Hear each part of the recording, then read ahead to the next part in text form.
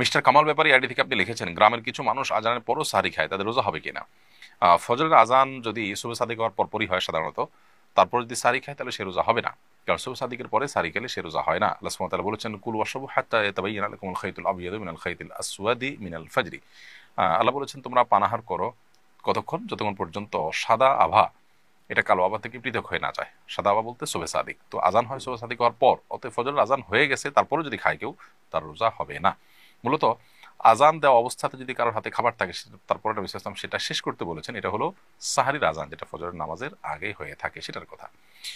বাংলাদেশের কিছু কিছু এলাকায় একদল লোক সাহারির সময় রাস্তায় হেঁটে হেঁটে কাওয়ালি গেয়ে সাহারির জন্য ডাকেন। তরুণরা এই ধরনের কাজে উৎসাহ বোধ করেন, এলাকার মানুষরাও একে উপভোগ করেন। এভাবে ডাকাডাকি আপনি কিভাবে দেখছেন? যদি খালি গলায় কাওয়ালি গান, তার গানের কথার ভিতরে খারাপ কিছু না থাকে, তাহলে মৌলিকভাবে গাওয়া দোষের নয়। আর এভাবে ডাকাডাকিতে মাইকে আপনার যে উচ্চস্বরে ডাকাডাকি হয়ে থাকে, সেটার তুলনায় এটা সহনীয়। এবং এটাতে যারা রোজা রাখবেন না, অন্য ধর্মাবলম্বী কিংবা অসুস্থ ব্যক্তি কিংবা ঋতুবতী নারী বা শিশু, তাদের যে খুব বেশি ডিস্টার্ব হয় তাও না। কারণ খালি গলা এই ধরনের গলা কাওয়ালি গাওয়া হোক বা কোনো তেলাওয়াত করা হোক, এগুলো খুব বেশি উচ্চ আওয়াজ সৃষ্টি করে না, যার কারণে এটাতে আমি দোষের কিছু দেখছি না। তবে যদি এটা অন্যের কষ্টের কারণ হয় বা অনেকে মিলে সম্মিলিতভাবে বেশ জোরে সোরে আপনার আওয়াজ করেন এবং অন্যদের ইবাদতে ব্যাঘাত সৃষ্টি হয়, তাহলে সেক্ষেত্রে এটা পরিত্যাজ্য। দেখতে হবে যে এটার মাত্রাটা কি এবং কি পদ্ধতিতে করা হচ্ছে। মৌলিকভাবে যদি মাত্রাজ্ঞান মাথায় রেখে এবং মিউজিক ছাড়া এটা করা হয়, তাহলে সেক্ষেত্রে নাজায়েজ হওয়ার কোনো কারণ নেই। ইমরান ইসলাম আপনি লিখেছেন, রমজানের আগে কালেকশন করে রমজানে ইফতার বিতরণ করলে কি রমজানের সব পাবো? রমজানে আপনি ইফতার বিতরণের কাজ করছেন, সেই জন্য আপনি সব পাবেন, কিন্তু টাকা কালেকশন করেছেন রমজানের আগে। তাহলে যারা রমজানের আগে টাকা দিয়েছেন, তারা রমজান মাসে দানের সবটা তো নিশ্চয়ই পাবেন না, যেহেতু দানটা করেছেন রমজানের আগে। যদি এমন হয় যে তিনি কাউকে দায়িত্ব দিয়েছেন রমজানে ব্যয় করার জন্য, তাহলে ইনশাআল্লাহ রমজানের সব তিনি পাবেন। অর্থাৎ ইফতারটা রমজানে হবে। এখন আমি ডোনার, আমি কালেক্টরকে দিলাম যে তুমি এই টাকাটা নাও, রমজানে ইফতার করাবে, তাহলে ইনশাআল্লাহ আমি রমজানে দানের সবটাই পাবো, কারণ আমার টাকাটা ইমপ্লিমেন্ট বা খরচ হচ্ছে রমজান মাসে। টাকাটার খরচ হচ্ছে, ব্যয় হচ্ছে রমজান মাসে, আমার চাহিদা পূরণ হচ্ছে রমজান মাসে, সো সব পাওয়া যাবে আশা করা যায়। কিন্তু কেউ যদি রমজানের আগেই দান করেছেন, সেটা দিয়ে যিনি টাকা রিসিভ করেছেন তিনি রমজানে ব্যবহার করেছেন, তাহলে দানকারী সব পাবেন না, কারণ তিনি রমজানে দান করার জন্য দেন নাই।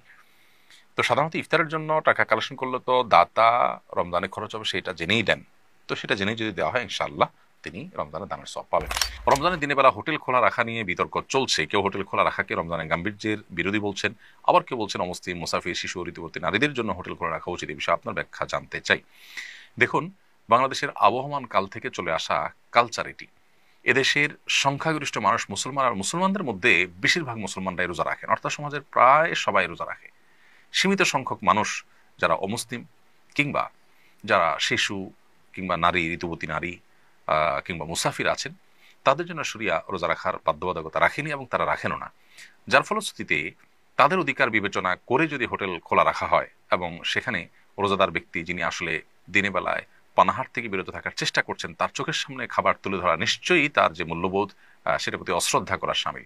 সেই জায়গা থেকে হোটেল খোলা রাখা মৌলিকভাবে কোনো নাজায়েজ বিষয় নয়, বিশেষ করে যখন মুসাফির, শিশু, ঋতুবর্তী নারী এবং অমুসলিম অন্যদের কথা চিন্তা করা হবে, তখন হোটেল খোলা রাখা দোষের কিছু নয়। বাংলাদেশের মানুষরা দিনের বেলায়, বেশিরভাগ মানুষরাই, মুসলমানরাই দিনের বেলা হোটেল খোলা রাখাটাকে ভালোভাবে দেখে না, এবং এটা কেউ এখানে বল প্রয়োগ করতে আসেনি, বরং স্বপ্রণোদিত হয়ে এই কালচার বাংলাদেশে যুগ যুগ ধরে চলে আসছে।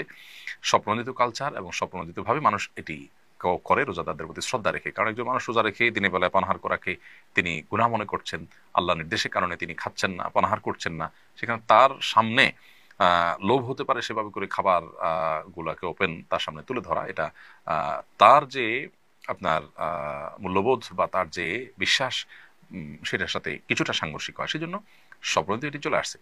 অতএব এই কালচারকে আমি চাপিয়ে দেওয়ার কোনো কালচার তো বলতে পারি না। সো এটাকে যারা বিরোধিতা করছেন, তারা আমি মনে করি যে তারা যে কালচারাল ওয়ার বা কালচারাল বা সাংস্কৃতিক যুদ্ধ, সেটা তারা চাপিয়ে দিতে চাচ্ছেন, একটা সংঘর্ষ তৈরি করতে চাচ্ছেন অহেতুক।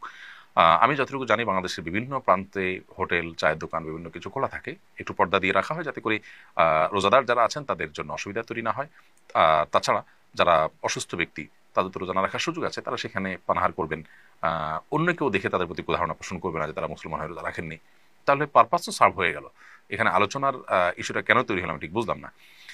দোকান খোলা থাকছে, বিশেষ করে ট্যুরিস্ট স্পটগুলোতে, যেখানে যেখানে আপনার যাদের রোজা রাখার সুযোগ আছে তাদের অপশন আছে, অমুসলিমদের প্রধান এরিয়াগুলোতে রোজা আপনার হোটেল খোলা রাখলে তারা খেলে, এটা নিয়ে মুসলমানরা কেউ তো খারাপভাবে দেখেও না, বলেও না।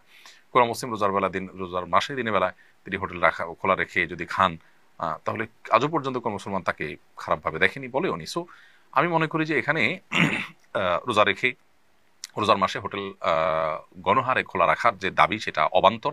যে দেশের 70-80% মানুষ রোজা রাখে, সে দেশে আপনার দিনের বেলা রমজান মাসে হোটেল খোলা রাখার দাবি তোলাটা কোনোভাবে যৌক্তিক নয়। তবে অবশ্যই যে সমস্ত এলাকাতে বা কিছু কিছু হোটেল খোলা রাখা অসুস্থ ব্যক্তি বা অন্যান্যদের কথা চিন্তা করে, সেটা সঠিক আছে, এবং সেটাকে বাধা দেওয়া গণহারে সেটা আবার অযৌক্তিক।